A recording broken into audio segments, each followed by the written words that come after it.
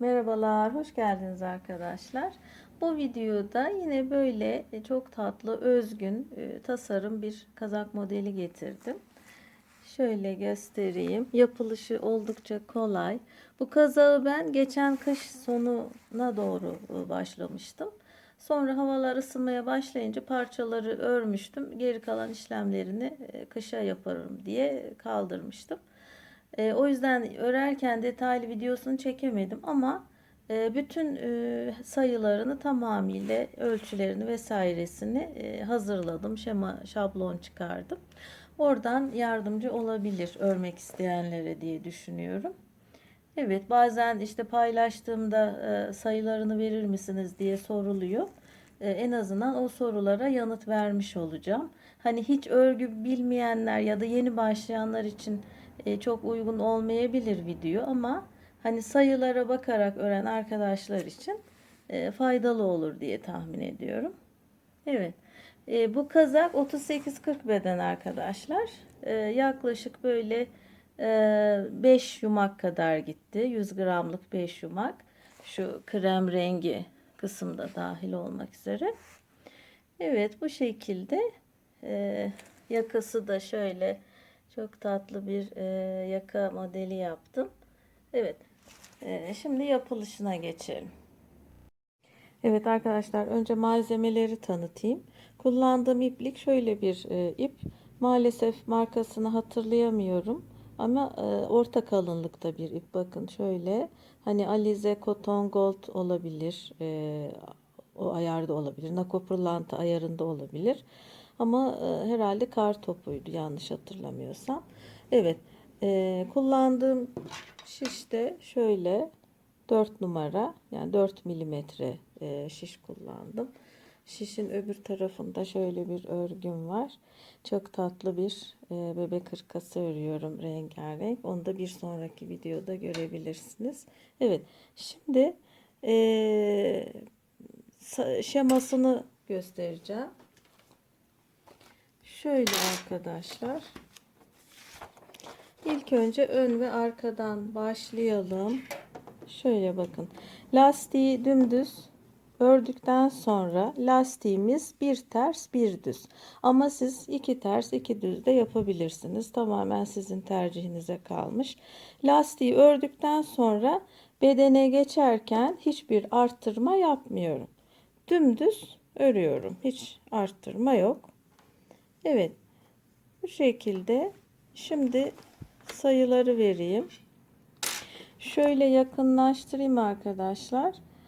Ekran çıktısı alabilirsiniz buradan.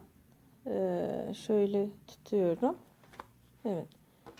Şimdi burada 118 ilmek lastikle başladım. Bir miktar ördükten sonra şöyle bakın, yaklaşık 3-4 parmak ördükten sonra dümdüz örüyoruz. Şu reglan kol kesimine kadar örüyoruz. Bu lastikten itibaren 87 sıra oldu. Ama siz daha uzun örebilirsiniz ya da daha kısa örebilirsiniz. Şimdi reglen kola geldikten sonra arkadaşlar her sıra başlangıcında bir ilmek kesiyoruz. Yani şuradan başlıyoruz örmeye. Örerken bir ilmek eksiltiyoruz. Burada bitiriyoruz. Sonra buraya başlarken yine bir ilmek eksiltiyoruz. Böyle böyle dümdüz devam ediyoruz. O kadar kolay ki yani her sıra başlangıcında bir ilmek eksilterek bu reglanımızı oluşturuyoruz. Şimdi 12 sıra ördükten sonra şu kol kesimine başladıktan itibaren 12 sıra ördükten sonra renk değişimine geçtim. Şu robadaki şuraya geçtim. Şuraya. Şimdi bunu şu noktalı şekildeki deseni örerken yapmadım arkadaşlar. Üzerine aynen kaneviçedeki gibi üzerine böyle işleyerek yaptım. Çok daha kolay oluyor. Bu yalnız örgü işlemesi, bakın. Çarpı işi değil, normal örgü ilmeği şeklinde işleme. Hani örerken bu ipi değiştirmişiz şeklinde görünüyor. Burada yaptığım işlemi çarpı işi, kaneviçe işlemesi. Yani iki işleme farklı. Şimdi bu her iki işlemenin de bir arada gösterdiğim, çok detaylı gösterdiğim bir videom var. Onun linkini de açıklama kısmına bırakıyorum. Oradan görebilirsiniz. Evet. Şu kısma kadar, yani şu başlangıç, bu rengin başlangıç kısmına kadar şöyle 12 sıra ördüm. Sonra o deseni koydum. Desende 46 sıra sürdü. Sonra şurada yaka oyuntusuna başladım. 12 sırada yakanın bitme noktası. Şöyle. Evet. Şimdi eksiltirken arkadaşlar 118 ilmek başlamıştık kazağı. Evet. Şurası 48 ilmeğe düştü. Yani 35 ilmek buradan eksiltmiş olduk. Şöyle 35 ilmek buradan eksiltmiş olduk. Yani toplam 35 artı 48 yaka artı 35 eksiltme 118 ilmek oluyor. Evet. Bu şekilde eksilttik. Ön yakanın oyuntusu da şöyle. Ortadan direkt 20 ilmek kesiyoruz. Sonra 5, 3, 2, 2, 2 şeklinde 14 ilmek kesiyoruz. Bu şekilde eksiltmiş oluyoruz. Evet. Santim ölçüleri de böyle 51 santim, 32 santim şu kol boyuna kadar olan yer. Reglan yüksekliği 22 santim. Şöyle. Siz bu şimdi 38-40 beden arkadaşlar, bu kazağın ölçüsü.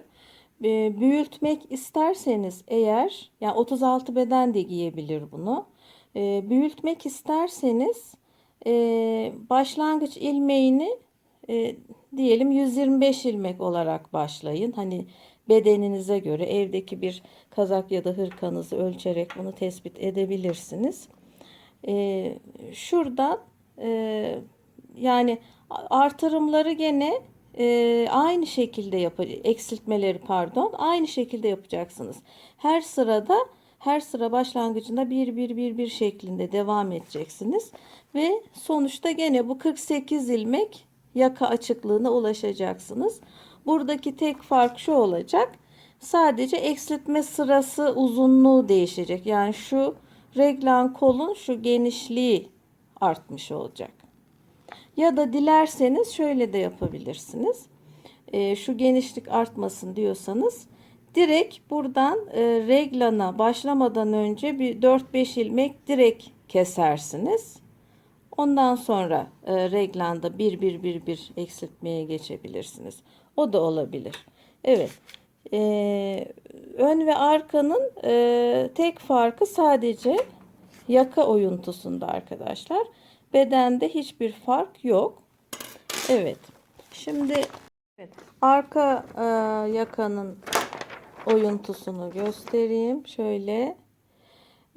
Burada arka ortadan 32 ilmeği dümdüz kesiyoruz. Sonra her iki taraftan 5 1 şeklinde kesmiş oluyoruz. Ön yakayla aynı sayıda 48 ilmek toplamda kesilmiş oluyor. 32 burada 8 var. 32 8 daha 40. Buradaki 8'i de ekleyince 48. Ön yakada da 48 ilmek vardı. Yani ön yaka ve arka yaka birbirine eşit. Evet. Şimdi kola gelelim. Kolu da 56 ilmek bir ters bir düz lastik başladım. Sonra kenarlardan 3-4 sırada bir göz kararı 3-4 sırada bir ilmek arttırıyoruz her iki taraftan. Toplam bir taraftan bakın 15 ilmek arttırıyorum. Diğer taraftan da 15 ilmek arttırıyorum. Evet. Arttırdıktan sonra 86 ilmeğe ulaşıyoruz şurada. Ondan sonra hiç arttırmadan bakın dümdüz örüyoruz. Bu lastikten itibaren 108 sıra ördüm ben koltuk açılana kadar. Şöyle 108 sıra. Evet. Şimdi bu 86 ilmeği de aynı şekilde gövdede yaptığımız gibi her sıra başlangıcında bir şeklinde eksiltiyoruz. Şimdi burada önemli olan şu. Buradaki eksiltme sırası burayla aynı olmalı. Gövdeyle aynı olmalı. Bakın. Burada kol kesiminden itibaren 12 sıra sonra desene başlamışım. Burada da aynı şekilde. Kol reglan kesiminden itibaren 12 sıra sonra bakın desene başladım. Sonra 46 sıra desen kısmını ördüm açık renkle. Burada da aynı şekilde bakın 46 sıra. Sonra 12 sıra koyu renk. Burada da aynı şekilde şu kısım 12 sıra. Yani şu mesafe ile şu mesafe birbirine eşit olmalı ki dikildiğinde düzgün dursun. Evet. Şimdi burada da eksilterek 36 ilmek eksiltiyoruz arkadaşlar. Şöyle bakın. 14 ilmek kalıyor burada tepe noktasında. Evet. Santim ölçüleri de böyle 37 santim geniş kısmı, şu reglan uzunluğu 22 santim. Bakın burada da aynı şekilde reglan uzunluğu 22 santim. Evet.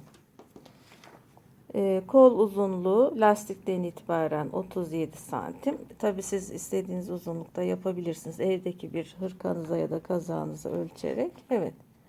Kol da bu şekilde. Şöyle göstereyim. Ekran çıktısı alabilirsiniz.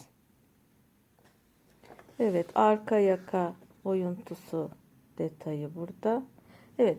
Yaka lastiğimizi de 125 ilmek başladım. Bir ters bir düz ve 8 santim ördüm. Dümdüz. Şöyle bakın. Şöyle bir lastik ördüm. Bunu şuradan dikeceğim ve gövde ve kolları birleştirdikten sonra kendi ipiyle gövdeye dikeceğim. Evet. Bu şekilde şu detayı da şöyle göstereyim. Buradan da ekran çıktısı alabilirsiniz. Evet. Arkadaşlar bunun üzerine uyguladığım deseni de videonun sonunda veriyorum. Şemasını.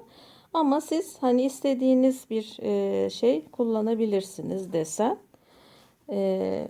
Kullandığım iplikler de DMC Moline iplikler. Evet, iplikler bunlar. Böyle yumak haline getirdim ben. Şerit olarak satılıyor.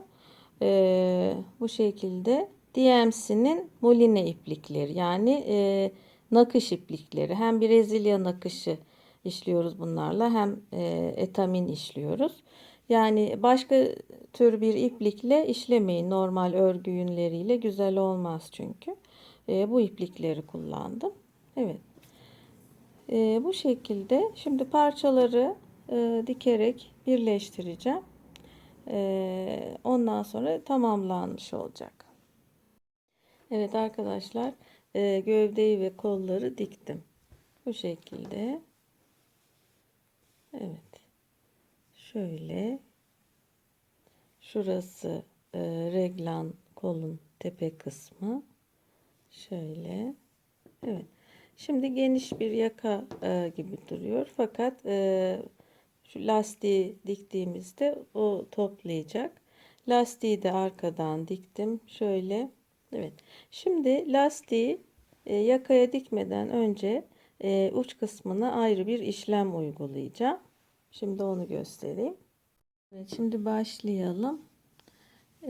Şimdi yakamızın şöyle çevirelim. Yakanın burası yüz kısmı, ön yüzü. Şu arka ortaya gelecek dikiş kısmı. Evet, şuradan başlayarak bura arka orta, şurası robaya gelecek, burası boyun kısmına. Buradan başlıyorum.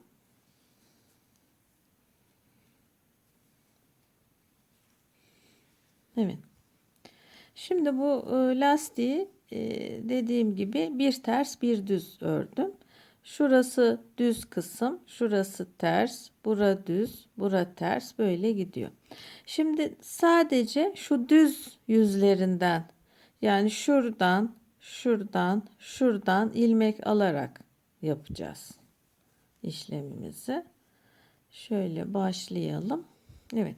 Şöyle ipimi çekiyorum. Aynı yere batıyorum, bekletiyorum. 2 tane oldu. 3 4. Hepsini bir alıp kıstırıyorum.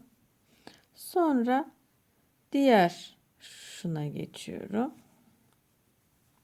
1 2 3 4. Hepsini bir alıp kıstırıyorum. Sonra diğerine 1 2 3 4. Aynı yere batıyoruz böyle. Hepsini bir aldım, kıstırdım. Evet. Bütün etrafını bu şekilde dolanalım. Evet, yakamızı tamamladık arkadaşlar. Böyle bakın, her tarafına ördüm. Bu yakalar için normalde lastik, torba lastik, biye lastik, torba biye de deniyor. Çalışması yapılıyor. Böyle 2 kat olarak örülüyor. Katın biri kazağın ön yüzüne, diğer kat arka yüzüne dikiliyor. Belki biliyorsunuzdur. Bu torba biyeden, yani torba lastikten çok daha pratik bir yöntem bence. Hem örülmesi hem de dikilmesi açısından. Şimdi bunu kazağımıza önce iğneleyeceğiz. Evet, şöyle yerleştiriyorum. Bakın, burası arka dikiş kısmı. Orada arkaya gelecek şekilde şöyle iğneleyeceğiz.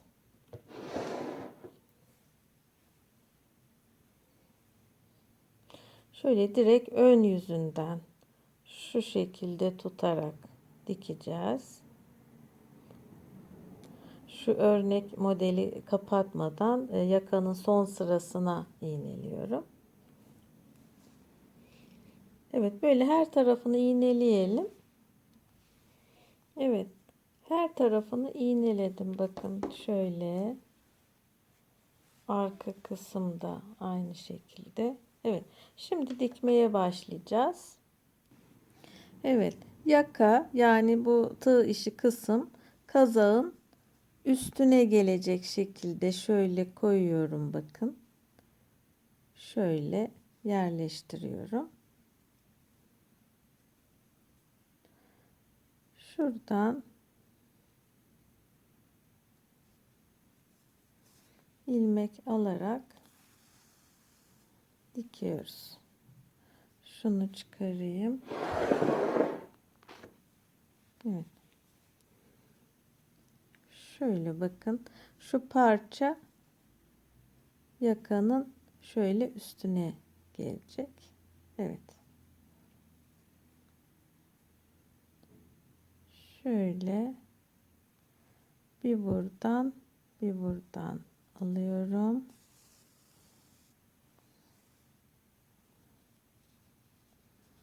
Sırayla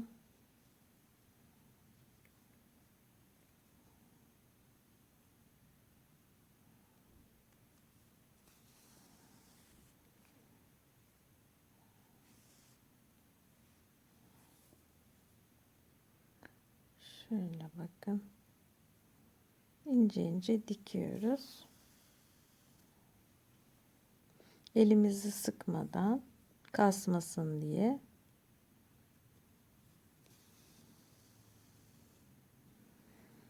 Evet, bakın.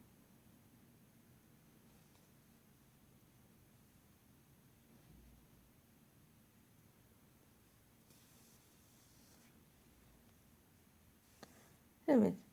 Bu şekilde devam edelim.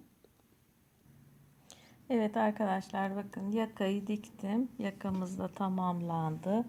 Böyle çok güzel bir görüntüsü var.